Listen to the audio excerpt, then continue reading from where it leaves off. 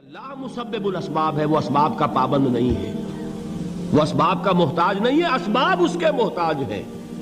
اگر یہ یقین ہے تو اللہ پر ایمان ہے، یہ نہیں ہے تو تمہارا ایمان اسباب پر ہے، وسائل پر ہے، ذرائع پر ہے، مادیات پر ہے، اللہ پر نہیں۔ اس وقت کہاں راستہ تھا؟ کوئی راستہ تھا؟ سمندر ہے اور ادھر سے لشکر آ گیا ہے۔ کلا ان معی ربی سیہدین۔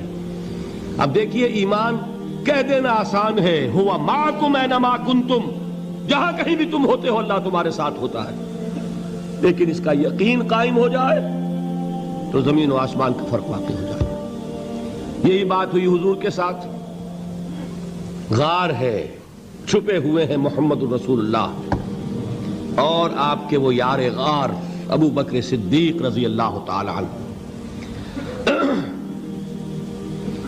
اقبال نے حضرت ابو بکر کی شان میں چند اشعار کہے صرف، لیکن واقعہ یہ ہے کہ بھاری بھاری نظموں پر اور قصیدوں پر بھاری ہے، طویل ترین نظمیں اور قصیدے ہوں ان پر بھاری ہے۔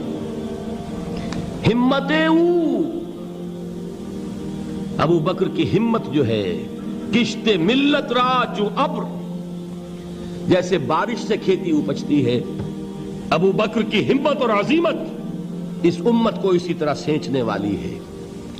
ثانیے اسلام و غار و بدر و قبر،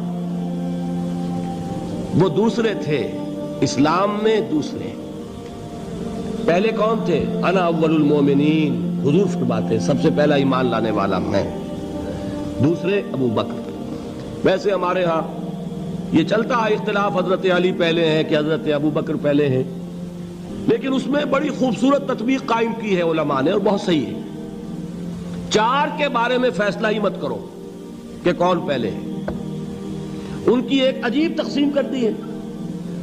آزاد مردوں میں، بالغ مردوں میں سب سے پہلے ابو بکر، بچوں میں سب سے پہلے علی، خواتین میں سب سے پہلے خدیجہ، اور غلاموں میں سب سے پہلے زید ابن حارثہ۔ بڑی پیاری تقسیم ہے، یہ چاروں ہی پہلے ہیں، ہر ایک کے لیے اولیت ہے۔ اور واقعہ یہ ہے کہ اگر زمانی اعتبار سے تعین ہوگا تو پہلے خدیجۃ الکبریٰ آئیں گی رضی اللہ تعالی عنہ، کسی اور سے بات کرنے کی نوبت بعد میں آ سکتی ہے، پہلے تو اہلیہ محترمہ سے بات ہوئی، آتے ہی پہلی وحی ہوئی ہے، ابھی تبلیغ کا حکم نہیں تھا۔ کس کو بتایا واقعہ؟ ابھی اپنی نبوت کی تبلیغ کا تو حکم ہی نہیں آیا۔ واقعہ کس کا ہے؟ وہ خدیجہ کا ہے۔ جب کہا ہے کہ خشیت علی نفسی، مجھے اپنی جان کا اندیشہ ہے، تو کیا جواب دیا خدیجہ نے رضی اللہ تعالی عنہا؟ وہ صدیقۃ الکبریٰ ہے۔ صدیقات جو ہیں خواتین، ان میں چوٹی پر خدیجۃ الکبریٰ ہے رضی اللہ تعالی عنہا، اور صدیق جو مرد ہیں ان میں صدیق اکبر ہے ابو بکر صدیق رضی اللہ تعالی عنہ، لیکن صدیقات میں چوٹی پر۔ جب حضور نے فرمایا خشیت علی نفسی، کیا فرمایا، کیا عرض کیا، کیسے تسلی دی؟ نہیں نہیں، اللہ آپ کو ضائع نہیں کرے گا، آپ غریبوں کے ہمدرد ہیں، آپ مساکین کے تکالیف رفع کرنے والے ہیں، آپ بیواؤں کی سرپرستی کرتے ہیں، آپ مسافروں کی خدمت کرتے ہیں، اللہ آپ کو ضائع نہیں کرے گا۔ یہ یقین ہے اس خاتون کے اندر۔ خیر وہ ایک علیحدہ بات ہو جائے گی۔ میرے دل پر حضرت خدیجہ رضی اللہ تعالیٰ عنہ کی شخصیت کا بڑا گہرا نقش ہے، جو وہ کوئی اور ہی وقت اور موقع ہوا تو بیان ہوگا۔ بہرحال اقبال نے ایک مصرے میں جو چار اولیتیں جمع کر دی ہیں، ہمتیں او کشت امت را چو ابر، ثانی اسلام و غار و بدر و قبر۔ اسلام میں حضور کے بعد پہلے کون؟ ابو بکر۔ غار میں حضور کے ساتھ کون؟ ابو بکر۔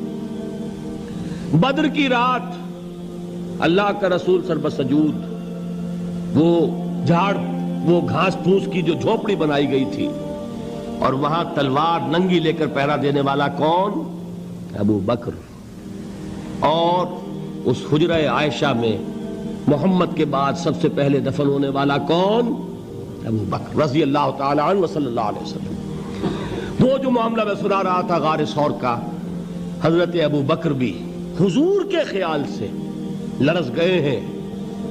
آپ کو یاد ہوگا کہ جا کر پہلے تمام جتنے سوراخ تھے انہیں بند کیا ہے. ایک سوراخ رہ گیا تھا جس کو بند کرنے کے لیے کوئی کپڑا نہیں تھا. وہاں اپنی ایڑی رکھی ہے. تب کہا ہے حضور سے تشریف لائیے, اور اپنے زانو پر حضور کو لٹایا ہے.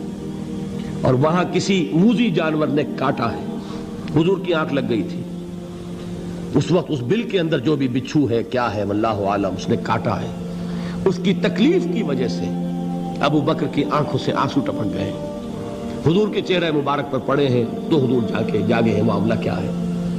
ایڑی نہیں ہٹائی وہاں سے, مبادا وہ جانور وہاں سے نکل کر محمد الرسول اللہ کو کوئی گزن پہنچا دے. ابو بکر کی ایڑی ہے, جس طرح چاہے کھا لے, ختم کر دے, جان نکل جائے تب کوئی آنچ آئے محمد پر تو آئے, لیکن جیتے جی نہیں. وہ ہے ابو بکر. حضور کے خیال سے اس وقت حضور نے پھر اپنا لعاب دہن لگایا ہے, اور اس سے پھر آپ کی تکلیف ختم ہوئی. جیسے خیبر میں حضرت علی کی آنکھ دکھ رہی تھی, اس کو جو شفا حاصل ہوئی ہے وہ بھی حضور کے لعاب دہن سے ہوئی. تو بہرحال اس وقت انہوں نے کہا ہے کہ اے نبی یا رسول اللہ, اگر اس وقت ان میں سے کسی نے غیر ارادی طور پر بھی اپنے قدموں کی طرف جھانک لیا تو پکڑے جائیں گے. کیا جواب تھا اللہ کے رسول کا؟ لا تحزن ان اللہ معنا. اللہ ہمارے ساتھ ہے, کیوں گھبراتے ہو ابو بکر؟ یہ ہے ایمان باللہ. میرا مالک اللہ, میرا رازق اللہ, میرا محافظ اللہ, میرا مددگار اللہ, میرا پشت پناہ اللہ, میرا دوست اللہ. یہ دوستی ہے اللہ کی جو لب لباب ہے, حاصل ہے ایمان کا. اسی کا نام ولایت ہے. اولیاء اللہ کے سروں پر سینگ نہیں ہوتے. جس کے دل میں ایمان راسخ ہو چکا ہو وہی اللہ کا ولی ہے. جسے اللہ پر یقین ہو چکا ہے وہی اللہ کا ولی ہے. جسے یقین ہے اللہ میرے ساتھ ہے, میرا مددگار, میرا پشت پناہ, میرا ساتھی, میرا دوست, میرا محبوب, میرا محب. اللہ اہل ایمان سے محبت کرتا ہے. واللہ یحب الصادقین. ان اللہ یحب الذین یقاتلون فی سبیلہ صفا کانہم بنیان مرصوص. اللہ محبت کرنے والا, اہل ایمان محبوب, اور اہل ایمان محبت کرنے والے اللہ محبوب. والذین آمنوا اشد حبا للہ. آپ تصور کیجئے جسے یہ رشتہ ایمان یا رشتہ ولایت حاصل ہو جائے, الا ان اولیاء اللہ لا خوف علیہم ولا هم یحزنون. آگاہ ہو جاؤ, اللہ کے دوستوں کے لیے نہ کوئی خوف ہے نہ کوئی حزن ہے.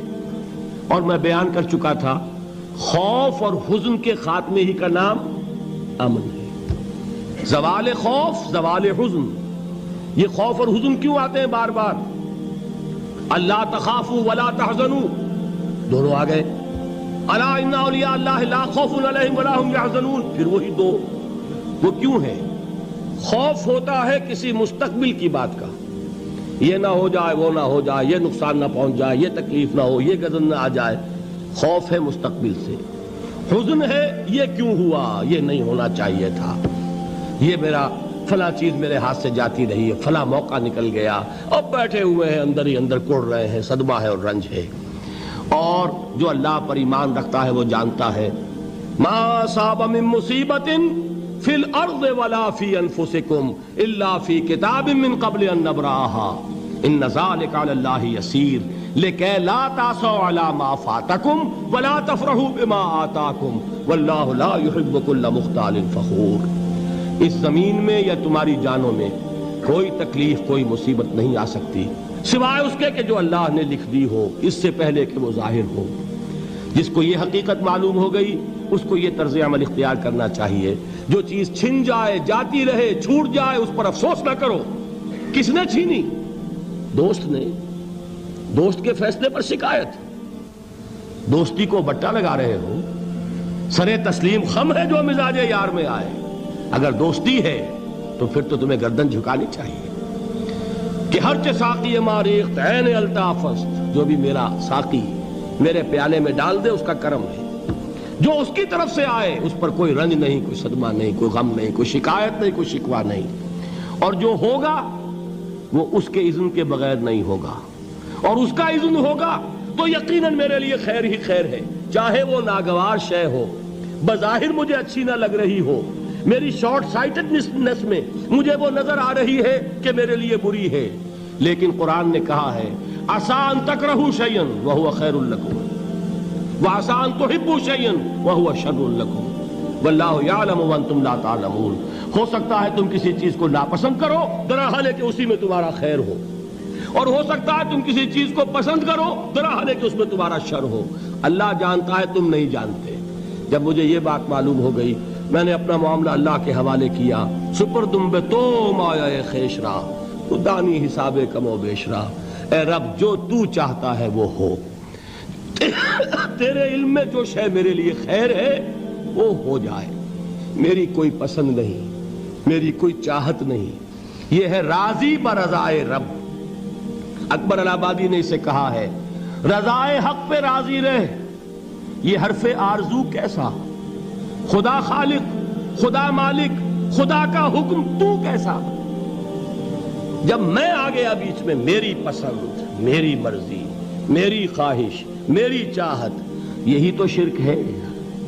ما شاء اللہ کان وما لم یشاء لم یکن، جو اللہ نے چاہا وہ ہوا، جو اس نے نہیں چاہا نہیں ہوا، اختیار اس کا ہے، میرا تو نہیں۔ رضائے حق پہ راضی رہ، یہ حرف آرزو کیسا، خدا خالق، خدا مالک، خدا کا حکم تو کیسا۔ اقبال نے اسے کہا ہے فارسی میں، اب آپ کہیں اس کا ترجمہ بھی کرو تو وہ مجھے ذرا اس وقت کچھ بہت ہی بدذوقی کسی بات نظر آئے گی۔ جائیے پوچھئے کسی سے جسے فارسی آتی ہو۔ برو کشید ز پیچا کے ہست و بود مرا، چوک دہا کے مقام رضا کشود مرا۔ مجھے تو تمام پیچ و خم سے نکال دیا اس مقام رضا نے۔ میں راضی برضائے رب ہوں، جو فیصلہ اس کا میں اس پر راضی۔ تو کہاں کا حزن اور کس کا خوف؟ یہی زوال حزن اور زوال خوف، یہی ہے امن، یہ نتیجہ ہے ایمان کا۔ تو جان لیجئے یہ ہے لب لباب، یہ ہے حاصل ایمان کا۔ یہ ہے تو ایمان ہے، یہ نہیں ہے تو ایمان نہیں۔